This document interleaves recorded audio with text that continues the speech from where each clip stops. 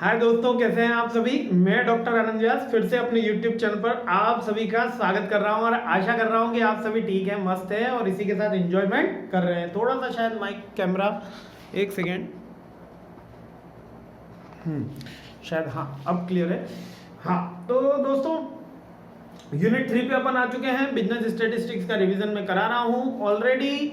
इसके मैंने unit 2 already upload कर चुका हूँ। न्यूमेरिकल एक कार्ल पियर्सन का न्यूमेरिकल है, बता चुका हूँ। याद रखिएगा यूनिट 3 में केवल 3 न्यूमेरिकल निकल रहे हैं। एक तो कार्ल पियर्सन का कोरिलेशन है, ठीक है, एक रैंक एनालिसिस का कोरिलेशन है, ठीक है, और एक रिग्रेशन है भैया। तो 3 न्यूमेरिकल निकल रहे हैं और बाकी की थ्योरी है। रिग्रेशन और कार्ल पियर्सन वाला थोड़ा ज्यादा इंपॉर्टेंट है, इसलिए कार्ल पियर्सन पे अपना सेपरेट वीडियो भी आ चुका है। इंपॉर्टेंट क्वेश्चन ऑलरेडी अपलोड कर चुका हूं, यूनिट 2 तक कर चुका हूं। आप बहुत जनों के मैसेज है कि सर जल्द से जल्द कराएं, जल्द से जल्द मेरी कोशिश है यूनिट 3 अभी कंप्लीट करा के। रैंक कोरिलेशन का न्यूमेरिकल इस वीडियो में नहीं है, मैं आपको बता देता हूं। न्यूमेरिकल और रिग्रेशन का भी न्यूमेरिकल इस वीडियो में नहीं है। न्यूमेरिकल के लिए अपन 3 यूनिट का एक सेपरेट वीडियो बनाऊंगा, उसके अंदर इसका न्यूमेरिकल केवल अभी थ्योरी पार्ट कंप्लीट कराना हो कि थ्योरी आ गई तो अपन कैसे उसको निपटाएंगे, ठीक है। तो आप मेरे साथ जुड़े हुए हैं तो सबसे पहले बधाई के पात्र। आप मेहनत कर रहे हैं, सफलता निश्चित ही आपको मिलेगी, यकीन मानिए सफल आप होंगे। केवल आप मेहनत करिए, मेरे साथ पढ़िए, इंपॉर्टेंट क्वेश्चन अच्छी तरीके से तैयार कर लीजिए। थ्योरी तो कम से कम अपना बैकग्राउंड क्लियर कर लीजिए। न्यूमेरिकल में मैंने बहुत इजी कार्ल पियर्सन का बहुत इजी मेथड बता रखा है, वो चेक कर लीजिएगा। रैंक का भी एकदम इजी बताने वाला हूँ, कुछ ही देर के अंदर रैंक एनालिसिस भी आ जाएगा आपके ऊपर। रैंक एनालिसिस भी आ गया कोरिलेशन का। इंपॉर्टेंट तो कार्ल वाले भैया हैं, लेकिन अगर रैंक कोरिलेशन भी आ गया तो ऐसे उड़ा दोगे उसको। और जैसे मैं बोलता हूं वो करके भी दिखाते हैं, और आपकी मेहनत है, बाकी मेरे को कहां कुछ आता है, मैं तो केवल आपके थोड़े से नॉलेज के अंदर इंक्रीमेंट कर रहा हूं, ठीक है। तो मैं डॉक्टर आनंद व्यास फिर से अपने यूट्यूब चैनल पर आप सभी का स्वागत कर रहा हूं।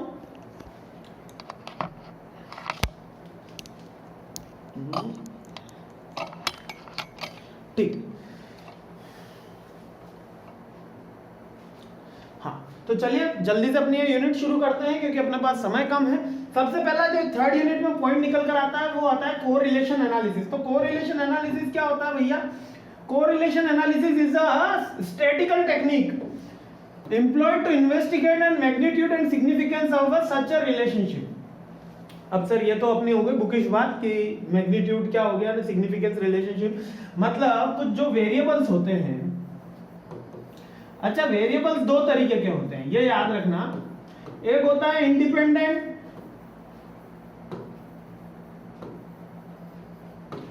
है ना, और दूसरे होते हैं डिपेंडेंट, ठीक है। एक होते हैं इंडिपेंडेंट और दूसरे होते हैं वेरिएबल्स। तो अब ये वेरिएबल्स होते क्या है? वेरिएबल्स कुछ भी हो सकता है, जैसे कि आपके मार्कशीट में 5 सब्जेक्ट है, जैसे कि बिजनेस कम्युनिकेशन हो गया, मार्केटिंग मैनेजमेंट हो गया, बिजनेस स्टैटिस्टिक्स हो गया। तो ये आपकी मार्कशीट के 3 वेरिएबल। तो वेरिएबल कुछ भी हो सकते हैं जब हम एक पर्टिकुलर रिजल्ट के लिए कोई चीजें इफेक्ट करते हैं। इंडिपेंडेंट वेरिएबल जिनका कोई लेना देना नहीं होता, जैसे कि आप कौन से टीचर से पढ़ोगे, आपके वो तो कॉलेज वाले डिसाइड करेंगे। आप इंडिपेंडेंट वेरिएबल वो वेरिएबल होते हैं जिन पे आपका कोई कंट्रोल नहीं होता, मतलब कि वो इंडिपेंडेंटली वर्क करते हैं। और डिपेंडेंट वेरिएबल वो होते हैं जो इंडिपेंडेंट पे डिपेंड होते हैं। जैसे कि डिपेंडेंट वेरिएबल और इंडिपेंडेंट वेरिएबल का एक छोटा सा एग्जांपल समझते हैं। एक पॉपुलेशन है, ठीक है। पॉपुलेशन में से हमने सैंपल साइज विड्रॉ करा, डेयरी मिल्क वाला एग्जांपल याद है ना, कि इलाहाबाद के लोगों को चेक करना था कि उनको भैया डेयरी मिल्क की जो चॉकलेट है वो पसंद है कि नहीं है। तो इसमें पसंद और नापसंद में एक आएगा इंडिपेंडेंट वेरिएबल, एक डिपेंडेंट वेरिएबल। डिपेंडेंट वेरिएबल आप मान सकते हो कि किसी की इनकम हो सकती है, किसी का शुगर लेवल हो सकता है। भैया शुगर ज्यादा होगी तो वो चॉकलेट पसंद भी हो या तो भी वो उसको कंज्यूम नहीं करेगा, तो उसकी डिमांड नहीं होगी, ठीक है। इंडिपेंडेंट वेरिएबल मान लो, इंडिपेंडेंट वेरिएबल यानी कि कैडबरी की प्राइस, ऐसे वेरिएबल जिसका डेयरी मिल्क के ऊपर कोई कंट्रोल नहीं है, जैसे कि सब्स्टिट्यूट प्रोडक्ट की प्राइस, कंपैरेटिवली प्रोडक्ट की प्राइस। एक सब्स्टिट्यूट होता है, यानी कि ये नहीं तो ये, मार्कर नहीं तो चौक, चौक नहीं तो पेन, पेन नहीं तो स्केच, कुछ भी, ये सब्स्टिट्यूट प्रोडक्ट हो गए। और कंपैरेटिवली प्रोडक्ट यानी कि एक कैमल कंपनी का मार्कर और दूसरा एचपी कंपनी का मार्कर, तो ये कंपैरेटिवली प्रोडक्ट हो गया, यानी सेम क्वालिटी सेम ब्रांड के दे रहे हैं। अब जल्दी से समझ लो डिपेंडेंट और इंडिपेंडेंट वेरिएबल क्या है। डिपेंडेंट वेरिएबल वो डिपेंडेंट वेरिएबल जो इंडिपेंडेंट पर डिपेंड रहते हैं, यानी जिनके किसी चर के ऊपर, वो चर को तो वेरिएबल कहते हैं, जो किसी न किसी के ऊपर डिपेंड होते हैं, यानी कि उनके मूव करने के कारण ही वो डिपेंडेंट वेरिएबल मूव करते हैं। जैसे कि मेरी इनकम मूव करेगी तो मेरे एक्सपेंसेस मूव करेंगे, यानी कि डिपेंडेंट वेरिएबल क्या हुआ, एक्सपेंसेस। अब ये एक्सपेंसेस कब मूव करते हैं, जब मेरी इनकम मूव करती है, बराबर बात है ना। तो इनकम जो हुई, एक्सपेंसेस जो हुए, वो क्या हुए, डिपेंडेंट वेरिएबल हुआ, और इनकम मेरी हुई, ये भी अगर आप कह दो कि आपकी वर्क के ऊपर डिपेंडेंट है तो ये भी एक डिपेंडेंट वेरिएबल हुआ। लेकिन ये जो वर्क है हमारे, वो वर्क, सॉरी, ये जो वर्क है हमारा, वो इंडिपेंडेंट वेरिएबल, मतलब इंडिपेंडेंट वेरिएबल यानी कि स्वतंत्र वेरिएबल। यानी कि जैसे कि प्रधानमंत्री, आपको पता है कि पाकिस्तान में सरकार जा रही है, इमरान खान साहब की, वो तो इमरान सरकार की सरकार जा रही है, इमरान खान की सरकार जा रही है, तो उसका आपके क्षेत्र का कोई विधायक है, उसका कोई लेना देना नहीं, मतलब वो उसके लिए एक इंडिपेंडेंट वेरिएबल है। डिपेंडेंट वेरिएबल क्या होंगे, उसके वहां के वोटर्स होंगे, उसके वहां की समस्याएं होंगी जिनका इंपैक्ट आ रहा है। अब तो सर क्या इंडिपेंडेंट वेरिएबल का भी पॉपुलेशन पे इंपैक्ट आता है? जी हाँ, इंडिपेंडेंट वेरिएबल भी पॉपुलेशन पे इंपैक्ट देते हैं और डिपेंडेंट वेरिएबल भी पॉपुलेशन पे इंपैक्ट देते हैं। इतनी बात समझ में आ गई? फिर से समझा देता हूं। डिपेंडेंट वेरिएबल वो जिससे, जो किसी अदर थिंग के ऊपर डिपेंड होते हैं, मतलब उनके बढ़ने या कम होने से पॉपुलेशन को इंपैक्ट पड़ रहा है या सैंपल साइज को इंपैक्ट पड़ रहा है। इंडिपेंडेंट वेरिएबल जिसका हमारे ऊपर कोई कंट्रोल नहीं होता, जैसे कि आज सूरज उगेगा कि नहीं उगेगा, हमारा कोई कंट्रोल है नहीं है। अपन बोलते हैं धरती घूमेगी कि नहीं घूमेगी, हमारा कोई कंट्रोल है, भगवान के हाथ में है, ईश्वर के हाथ में, अल्लाह के हाथ में है, तो ये इंडिपेंडेंट वेरिएबल है। समझ में आया? लेकिन आज हम कितनी बजे उठेंगे, सुबह 7 बजे उठेंगे कि सुबह 8 बजे उठेंगे, ये डिपेंडेंट वेरिएबल होता है। यानी कि तय होता है हमारे खुद के ऊपर कि हम रात को कितनी बजे सोए, सुबह कितनी बजे एग्जाम देने जाना है, क्या है, मम्मी पापा कितनी बजे डांट रहे हैं, तो घर पे कोई है कि आराम से सो रहे हैं, क्या है, मस्ती मजाक, छुट्टी है, एग्जाम है, क्या है, तो वो डिपेंडेंट वेरिएबल। यहाँ तक बात क्लियर है? तो भैया सर कोरिलेशन का क्या लेना देना है? कोरिलेशन में हम, ठीक है, कोरिलेशन में हम 2 वेरिएबल्स, क्या 2 वेरिएबल्स के बीच में रिलेशन चेक करते हैं। क्या चेक करते हैं? जैसे कि थोड़ा सा फास्ट चल रहा है क्योंकि एग्जाम भी है। जैसे कि आपके बिजनेस कम्युनिकेशन के मार्क्स और अकाउंट, फाइनेंशियल अकाउंट्स के मार्क्स, ये दोनों इंडिपेंडेंट वेरिएबल है। किसी के लिए डिपेंडेंट वेरिएबल है कि हो सकता है किसी की थ्योरी स्ट्रांग हो, किसी के न्यूमेरिकल स्ट्रांग हो सकता है कि दोनों एग्जाम आसपास हो सकता है कि दोनों को पढ़ाने वाले टीचर अलग हो, n numbers of the probability है। लेकिन इन दोनों के बीच में रिलेशनशिप चेक करने को ही हम कोरिलेशन बोलते हैं। ये बात समझ में आ गई कि दो वेरिएबल के बीच में रिलेशन चेक करने को क्या बोलते हैं? कोरिलेशन। ठीक है, इतनी बात समझ में आ गई। अब पॉजिटिव कोरिलेशन होता है या नेगेटिव कोरिलेशन होता है, यानी कि बिजनेस कम्युनिकेशन बढ़ेगा तो फाइनेंशियल अकाउंटिंग बढ़ेगा, ये पॉजिटिव कोरिलेशन है, और बिजनेस कम्युनिकेशन कम होगा तो फाइनेंशियल अकाउंटिंग कम हो जाएगा, ये नेगेटिव कोरिलेशन है। ये भी पॉजिटिव कोरिलेशन है, सॉरी, लेकिन बिजनेस कम्युनिकेशन बढ़ा और फाइनेंशियल अकाउंटिंग घट गया तो ये नेगेटिव कोरिलेशन। यानी कि दोनों अगर एक ही दिशा में जा रहे हैं तो पॉजिटिव, दोनों एक ही दिशा में नहीं जा रहे, विपरीत दिशा में जा रहे हैं तो नेगेटिव, और अगर दोनों में कोई रिलेशन नहीं है तो वो जीरो रिलेशन। तो इसको बोला जाता है। इसको कार्ल पियर्सन साहब ने एक मेथड दिया, उसके थ्रू चेक करते हैं। एक रैंक एनालिसिस का मेथड है, उसके थ्रू चेक होता है, और एक रिग्रेशन एनालिसिस है। तो रिग्रेशन में भी थोड़ा डिफरेंस होता है, मतलब कोरिलेशन का उन्नत भाग ही रिग्रेशन कहलाता है। आज अपन कोरिलेशन और रिग्रेशन के अंदर डिफरेंस भी चेक करेंगे। ये भी एक एग्जाम में अपने आप में छोटे बच्चे कहते हैं ना, बी सर पार्ट बी के ऊपर और कॉन्सेंट्रेट करो, तो पार्ट बी में कोरिलेशन और रिग्रेशन में अंतर आ सकता है। तो चलिए अपन देखेंगे। नेक्स्ट है इसका जो पॉइंट आ जाता है, कोरिलेशन का मतलब समझ में आ गया। नेक्स्ट इसके अंदर न्यूमेरिकल निकल कर आता है, rank correlation, Karl Pearson correlation and properties of the correlation. ठीक है, अब ये जो भैया प्रॉपर्टीज है ये तो थ्योरी है, बाकी ये रैंक और कार्ल पियर्सन, ये कार्ल पियर्सन का ऑलरेडी न्यूमेरिकल अपलोडेड है, आप चेक कर लीजिएगा। रैंक का थोड़ी देर के अंदर आने वाला है, एक ही क्वेश्चन रहेगा और बहुत ही इजी से, एक ही फॉर्मूला एक क्वेश्चन। कार्ल पियर्सन में भी एक ही फॉर्मूला एक क्वेश्चन, उसके बाहर से क्वेश्चन नहीं आएगा।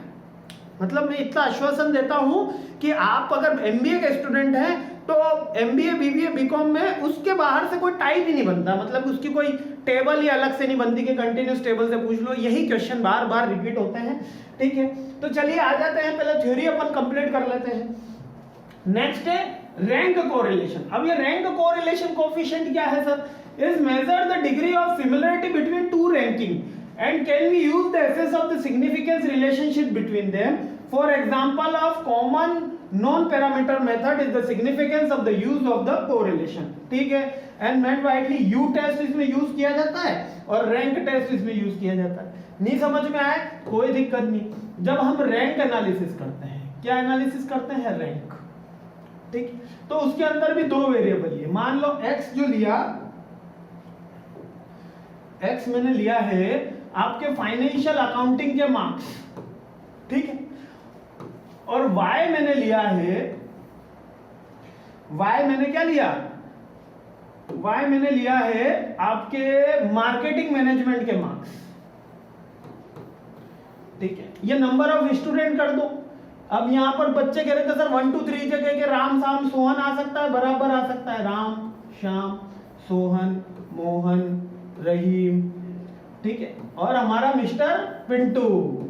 ठीक है, अब कुछ मार्क्स आए इन बच्चों के, 100 में से मार्क्स देते थे, कल याद दिलाया था मैंने इंडेक्स नंबर में। चलो 100 में से कि मार्क्स दिए, यहाँ पर इसके 78 आए, यहाँ पर 72 आए, 83 आए, यहाँ पर 47 आए। ठीक है, यहाँ पर अब एक साथ लिख देता हूँ 46, 45, 48 और 49। एक और ले लो, मिस्टर बंटू ले लो 47, क्योंकि वो समझने में इजी रहेगा। क्यों लिया है वो बाद में समझाऊंगा। ठीक है, 42, 48, 72, 73 कर दो, 41 और 52। तो ये फाइनेंशियल अकाउंटिंग और मार्केटिंग मैनेजमेंट में बच्चों के मार्क्स आए हैं। बच्चे कितने हैं हमारे? बच्चे हमारे तो कहाँ हैं? 1 2 3 4 5 6 7 7 स्टूडेंट्स हैं, और 7 स्टूडेंट्स के बार बार अपन चेक कर रहे हैं। यहाँ तक बात समझ में आई। अब रैंक एनालिसिस में क्या करते हैं दोस्तों? रैंक एनालिसिस में अपन ये करते हैं कि ये जो फाइनेंशियल अकाउंटिंग है, इसमें जो सबसे बड़ा डिजिट होता है, जैसे 83 है, इसको रैंक दे देते हैं नंबर 1। 83 के बाद दूसरा बड़ा डिजिट कौन सा है? 78, इसको रैंक दे देते हैं 2। 78 के बाद तीसरा कौन सा है भैया? ये रहा 49, इसको दे देते हैं 3। 43 के बाद कौन सा है भैया? 49 के बाद 48, इसको दे देते हैं 4, इसको दे देते हैं 5, इसको दे देते हैं 6, और सॉरी इसको दे देंगे 6 और इसको दे देंगे 7। यानी कि असेंडिंग डिसेंडिंग ऑर्डर के कारण हमने इसको रैंक दे दी। अगर असेंडिंग करोगे तब भी आंसर वही आता है, डिसेंडिंग करोगे तब भी आंसर वही आता है, लेकिन असेंडिंग मोस्टली स्टैटिकल सभी ये यूज करते हैं। अब यहाँ पर बच्चे रिगिड हो जाते हैं। रिगिड का मतलब कि रूढ़िवादिता, कि कॉलेज में हमको ये बताया था सर कि हमको बड़े डिजिट में से ये जो रैंक है इसमें से ये माइनस करके निकालना है। x में से x बार माइनस करो या x बार में से x माइनस करो, यदि स्क्वायर कर लेते हैं तो आंसर में कोई वेरिएशन नहीं आता। आप आंसर की बात करो ना, फॉर्मूला, अरे एक ही चीज को करने के 5 फॉर्मूले होते हैं, अपन को क्यों चेक करना? तो रैंक एनालिसिस क्या है? 2 वेरिएबल्स को डिफरेंट रैंकिंग दे देना। 2 वेरिएबल्स को क्या कर देना? डिफरेंट रैंकिंग दे देना। अब यहाँ भी मैं रैंकिंग दे देता हूँ। 72 क्या है? 1 है, 48 73 1 है, सॉरी ये रहा 73 1 है, 72 हमारा 2 हो गया, ठीक है, और 52 हमारा 3 हो गया, उसके बाद 48 4 हो गया, 47 5 हो गया, 46 42 6 हो गया और ये 7 हो गया। बराबर बात है। अब और क्या करना है सर, इसमें से माइनस कर देना है और आगे स्क्वायर कर देना और एक छोटा सा फॉर्मूला लगाना, रैंक एनालिसिस हो गया। अरे सर हो गया, हाँ दोनों को रैंक दे देनी है, एक में से दूसरी चीज माइनस कर देनी है। कोई कहता है सर इसमें से माइनस करो, उसमें से वो माइनस करो और स्क्वायर कर देना। ये अभी जैसे कि 7 में से अपन 2 माइनस करेंगे, माइनस का 5 आएगा, 7 में से 1 माइनस करेंगे, माइनस का 6 आएगा, ठीक है। अगर ये 1 में से 7 कर रहे हैं तब भी बात सही है और 7 में से 2 कर रहे हैं तब भी बात सही है। खैर इसमें अपन को जाना नहीं है, न्यूमेरिकल का मैं कराऊंगा सेपरेट वीडियो, उसके अंदर और अच्छे से समझाऊंगा। अभी केवल इतना समझ लो कि रैंक एनालिसिस के अंदर डिफरेंट वेरिएबल्स को रैंक दे दी जाती है और उनके मैग्नीट्यूड यानी कि कितना लंबी उसकी साइज है उसको नाप लिया जाता है और रिलेशनशिप चेक की जाती है दो वेरिएबल के बीच में, इसी को रैंक एनालिसिस कहते हैं। आई होप क्लियर है। अब ये इंपॉर्टेंट है, कोरिलेशन के प्रॉपर्टीज क्या क्या है, प्रॉपर्टीज क्या क्या है भैया, प्रॉपर्टीज, ठीक है। स्क्रीनशॉट ले लो भैया, बहुत डिमांड आ रही थी तुम्हारी स्क्रीनशॉट, ठीक है। चलिए कोरिलेशन कोएफिशिएंट की प्रॉपर्टीज क्या होती है, देखो 0 से लेके 1 तक होता है, +1 से लेके +-1 तक होता है। इसकी कहां प्रॉपर्टीज, ये रहा +1 लिखा हुआ, ठीक है, +1 भी रहता है और -1 तक भी होता है। +1 हो ना तो पॉजिटिव, हाईली पॉजिटिव, और -1 होता है तो हाईली नेगेटिव। आइए एक एक करके प्रॉपर्टी देख लेते हैं। Correlation coefficient remain same with the two variables are, correlation coefficient remain the same measurement as which are the two variables, correlation coefficient same हो जाता है उनके measurement। the sign with the correlation coefficient will always have to be +-1 से ये इनकी range है। Negative value -1 है, positive value +1 है। देखो एक की प्रॉपर्टीज को उसने 2 बार लिख दिया, एक तो रेंज दे दी, एक नेगेटिव का बता दिया, एक पॉजिटिव का बता दिया, और वीक कोरिलेशन क्या हो गया, 0 हो गया। मतलब अगर रेंज याद हो गई कि -1 से +1 होता है, एक पॉइंट वो हो गया, +1 यानी पॉजिटिव, -1 यानी नेगेटिव, और वीक कोरिलेशन यानी 0, ठीक है। और कोरिलेशन कोएफिशिएंट वेरी भी dicey because we can not say the participant are truthful और नॉट। डाइसी का मतलब समझते हैं, ये अपन पासे फेंकते थे बदल ही जाता था। अरे वो युधिष्ठिर साहब ने खेली थी, अपन ने महाभारत के अंदर देखा था, वो पासे फेंके प12, तो ये जो पासे डाइसी होते हैं, कोरिलेशन कोएफिशिएंट क्या होता है, डाइसी होते हैं। क्यों? क्योंकि हमें ये नहीं पता है कि जो भैया रिप्लाई कर रहा है, जो हमारा डेटा है वो एक्चुअल में ट्रूथफुल है या नहीं है। केवल यही इसकी प्रॉपर्टीज लिखनी है। ये 2nd 3rd 4th 5th और 6th याद कर लेना, फर्स्ट वाली इतनी कुछ है नहीं क्योंकि रिमेन कांस्टेंट रहती है, ठीक है। नेक्स्ट थ्योरी में है रिग्रेशन एनालिसिस। अपन 2 वेरिएबल्स का एनालिसिस कर रहे थे, यहां पर 2 इंडिपेंडेंट वेरिएबल का भी एनालिसिस करा जा सकता है। वहां पर डिपेंडेंट वेरिएबल होने जरूरी थे, यहां पर इंडिपेंडेंट वेरिएबल का एनालिसिस होता है। Fitting of a regression line, interpretation of the result, properties of regression coefficient and the relationship between the regression and the correlation. अब ये क्या है सर, रिग्रेशन और कोरिलेशन दोनों ऑलमोस्ट सेम होते हैं, लेकिन रिग्रेशन के अंदर हम 2 और मोर वेरिएबल ले सकते हैं, यहां पर हम 2 ही वेरिएबल ले। इसका चार्ट कुछ इस तरीके से बनता है, इस तरीके से इसका प्लॉट ग्राफ बनता है। कोरिलेशन का तो आपके ये कोरिलेशन की लाइन चलेगी कि ये सारा कोरिलेशन हो रहा है, मतलब कि ये आस-पास ये चर जुड़े हुए हैं, और रिग्रेशन में एक लाइन जाती है और उसके आगे अपन डॉट डॉट लगा देते हैं। देखो कितना अच्छा है ना।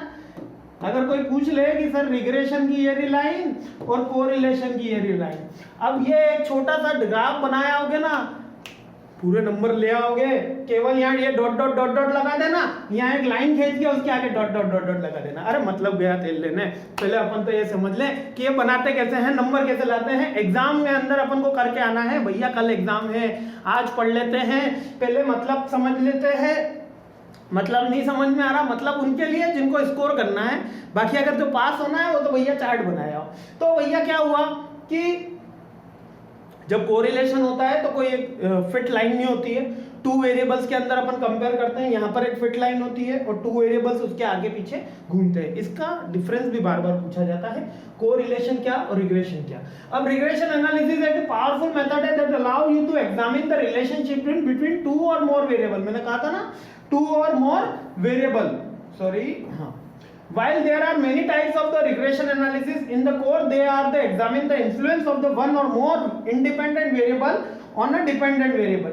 इंडिपेंडेंट वेरिएबल का डिपेंडेंट वेरिएबल पे क्या इंपैक्ट आता है, ये हम रिग्रेशन एनालिसिस के अंदर चेक करते हैं. आइए, relationship between the correlation and regression. Relation भी होता है और ऑपोजिट भी होते हैं, यानी डिफरेंस भी होता है. तो correlation names is the determine the interconnection of the correlationship, है ना. और regression but independent variable in a numerical association.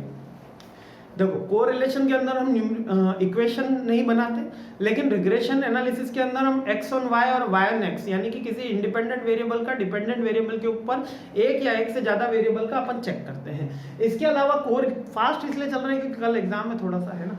Correlation का इसलिए कि कोरिलेशन में हम टू वेरिएबल्स के बीच के आपस का रिलेशन चेक कर रहे हैं. मतलब कि ये दो वेरिएबल हैं, इनके बीच का अगर मैं रिलेशनशिप चेक करता हूं तो ये कोरिलेशन आ गया. और यहाँ पर ये दो वेरिएबल हैं, इनका किसी एक अलग पॉइंट पे एक अलग डेटा के ऊपर या एक अलग वेरिएबल के ऊपर चेक करना हो तो ये रिग्रेशन एनालिसिस आ गया. समझ में आया. दो वेरिएबल के बीच में अगर मैं कुछ एनालिसिस कर रहा हूँ, ये ए वेरिएबल ये बी वेरिएबल, इनका एनालिसिस चल रहा है तो ये कोरिलेशन है. और इसी ए और बी का इंडिपेंडेंट वेरिएबल का किसी जेड के ऊपर एनालिसिस चल रहा है तो वो रिग्रेशन एनालिसिस है. आओ चलो डिफरेंस देख लेते हैं. सिमिलरिटी क्या है, दोनों के अंदर एनालिसिस होता है. सिमिलरिटी क्या है, दोनों के अंदर रिलेशनशिप चेक होता है. सिमिलरिटी क्या है, दोनों के अंदर एक मैग्नीट्यूड की वैल्यू होती है, ये सिमिलरिटी है. तो डिसिमिलरिटी क्या है. अच्छा, डिसिमिलरिटी से पहले प्रॉपर्टीज ऑफ कोएफिशिएंट, प्रॉपर्टीज भी चेक कर लो, जैसे अपन ने कोरिलेशन की देखी थी. Correlation coefficient in the geometric mean the two regression coefficient होते हैं. इसके अंदर कितने होते हैं, दो. उसके अंदर कितने थे, एक. Regression coefficient are independent change of the origin but not of the scale. Independent होते हैं origin पे. origin मतलब ये वाली जगह जहां से ये स्टार्ट होते हैं, ठीक है. बट ये आगे जाके इनको यहीं पे घूमना फिरना पड़ता है, इसलिए कहा गया कि इंडिपेंडेंट होते हैं पर बाद में जाके इनको नॉट फॉर द स्केल, यानी कि स्केल के ऊपर से आगे नहीं बढ़ना. One regression coefficient is greater than the unit then other must be less than the unit. यानी कि एक यूनिट से ज्यादा होगा तो दूसरा कम होगा, एक ज्यादा होगा एक कम होगा, वन ज्यादा होगा तो टू कम होगा. याद रखना, यूनिट बीच में हो गया, ठीक है. ए यदि ज्यादा हो गया तो बी यहाँ पे कम हो जाएगा, बी ज्यादा हो गया तो ए कम हो जाएगा, एक्स ज्यादा हो गया तो वाई कम हो जाएगा, वाई ज्यादा हो गया तो एक्स कम हो जाएगा. ये प्रॉपर्टीज है. अब इसका न्यूमेरिकल तो नेक्स्ट वीडियो के अंदर आ रहा है, बिल्कुल रैंक कोरिलेशन और रिग्रेशन का बराबर बात है. अब दोनों के बीच में बेसिक कंपैरिजन जल्दी से निपटा देते हैं. फास्ट तो नहीं हो रहा है, थोड़ा हो रहा है पर अभी समझा लो थोड़ा, क्योंकि फास्ट में तो थ्योरी तो याद करनी पड़ेगी. Meaning correlation is a statical measure which determine the correlation between the two variables. और इसके अंदर दो वेरिएबल का डिपेंडेंट वेरिएबल के ऊपर चेक किया जाता है. इसमें लाइनर रिलेशनशिप होता है और यहाँ पर बेस्ट फिट लाइन होती है. लाइनर रिलेशनशिप का मतलब ये वाली चीजें हैं. लाइनर रिलेशनशिप का मतलब ये वाली चीजें हैं. कोरिलेशन में हम एक लाइन तो बन रही है, लेकिन ये लाइनर रिलेशनशिप है. और रिग्रेशन के अंदर एक बेस्ट फिट लाइन होती है, इसके आगे पीछे ही घूम सकते हैं, ठीक है. यहां पर रिग्रेशन एनालिसिस अपना इधर भी चल सकता है, ठीक है. मतलब एक ये भी हो सकता है और एक ये भी हो सकता है, लेकिन यहां पर तो अपना यही होगा. ये किसमें है, रिग्रेशन में है, और ये किसमें है, कोरिलेशन में है. क्लियर, ठीक है. नहीं आ रहा तो कोई चिंता की बात नहीं, वापस से डिफरेंस पे आ जाते हैं. डिपेंडेंट और अनडिपेंडेंट में कोई डिफरेंस नहीं होता कोरिलेशन में. इसमें बोथ वेरिएबल डिफरेंट होते हैं, एक डिपेंडेंट होता है, एक इंडिपेंडेंट होता है. Indicate the coefficient of the indicate the extent the variable of move together. और इसके अंदर क्या बताता है, यूनिट चेंज. यानी कि कोरिलेशन में तो अपन चेक करते हैं कि एक वेरिएबल ए कितना आगे बढ़ेगा तो बी उसके कंपैरिजन में कितना आगे बढ़ जाता है. ये किसमें चेक करते हैं, कोरिलेशन में, ठीक है. और रिग्रेशन में क्या चेंज करते हैं कि इसमें 10 से लेके 12 यूनिट हुई, यानी कि 20% लॉस हुआ एक्स वेरिएबल में, तो y में भी कितना परसेंट डिक्रीमेंट आएगा या इंक्रीमेंट आएगा. है दोनों वही बात, लेकिन दोनों को लिखने का तरीका अलग अलग होता है क्योंकि वेरिएबल्स अलग अलग आते हैं, ठीक है. ये हो गया। ऑब्जेक्टिव क्या है? Find the numerical value expression. और यहां पर क्या करते हैं अपन? Fixed variable random to estimate the value of random variable on the basis of, हाँ, रिग्रेशन कोरिलेशन एनालिसिस करते हैं। मान लो 2.8 आया, 82 आया, 0.82, ये किस में आया? कोरिलेशन में। याद रखना दोस्तों, कोरिलेशन का क्वेश्चन का आंसर तभी कंप्लीट होगा जब ये 0.82 के नीचे आप लिखोगे हाईली, क्या लिखोगे? एक सेकंड, लिखोगे हाईली पॉजिटिव रिलेशन। ये लिखोगे तभी पूरे नंबर मिलेंगे, भले क्वेश्चन में आंसर लिखा है हो, लेकिन highly positive relation, highly negative relation, negative relation, positive relation या वीक रिलेशन, ये लिखोगे। कोरिलेशन में से हाईली पॉजिटिव ही आता है। अधिकतर मैंने देखा है कि एग्जाम में जो आंसर मिल रहा है वो प्लस के अंदर ही आ रहा होता है और हाईली पॉजिटिव रिलेशन ही आता है। इसलिए याद रखना, अधिकतर मैंने प्लस वाले ही क्वेश्चन एग्जाम के अंदर देखे हैं, ठीक है। और रिग्रेशन के अंदर भी सेम कि x dependent, highly dependent on the variable y और y dependent on the highly dependent the variable x, या आप इक्वेशन लिख के आ सकते हो। और इसके अंदर हम फिक्स्ड वेरिएबल के random variable the estimate the value की जाती है रैंडम वेरिएबल की फिक्स्ड वेरिएबल के ऊपर। फिक्स यानी कि अरे फिक्स्ड जिनको बदला नहीं जा सकता, इंडिपेंडेंट का दूसरा नाम है। इतना परेशान ना हो, कुछ बातें लिखी हुई है। तो दोस्तों इसके साथ ही मेरे को लगता है कि हमारा ये यूनिट की, थर्ड यूनिट की पूरी थ्योरी हो गई है। एक बार जस्ट 2 मिनट के अंदर रिवाइज करा रहा हूँ, 2 मिनट के अंदर, केवल 2 मिनट के अंदर, है ना, ज्यादा नहीं आपको परेशान करूंगा। कोरिलेशन, दो चरों के बीच में संबंध, दो वेरिएबल्स के बीच में संबंध, इसको रैंक के थ्रू निकालते हैं, कार्ल पियर्सन के थ्रू निकालते हैं। रैंक के थ्रू हम इसको रैंकिंग दे देते हैं, फिर इसका एनालिसिस कर देते हैं। कार्ल पियर्सन का अलग मेथड है, मीन मोड मीडियन का मेथड है उनका, और मीन ज्यादातर पूछा जाता है। इसके अलावा रिग्रेशन होता है। रिग्रेशन के अंदर हम 2 वेरिएबल्स या 2 वेरिएबल्स का किसी डिपेंडेंट या इंडिपेंडेंट वेरिएबल के ऊपर एनालिसिस करते हैं। इतना ही याद रखना है। सिमिलरिटी क्या है? दोनों में वेरिएबल्स होते हैं, एक मैग्नीट्यूड होता है, एक लाइन ऑफ स्केल होती है, लेकिन कोरिलेशन में वो लाइन ऑफ स्केल वेरी कर सकती है, जबकि रिग्रेशन में वो बेस्ट फिट होती है, ठीक है। केवल इतना सा याद रखना। बहुत सी चीजें मैंने बहुत फास्ट समझाया है आपको, क्योंकि समय कम है और मेरी मजबूरी है। मैं आपको अच्छे से अच्छे नंबर लाइएगा, एग्जाम मन से कीजिएगा, परेशान मत होइएगा, and best of luck for your future, and I really appreciate your time. Thank you.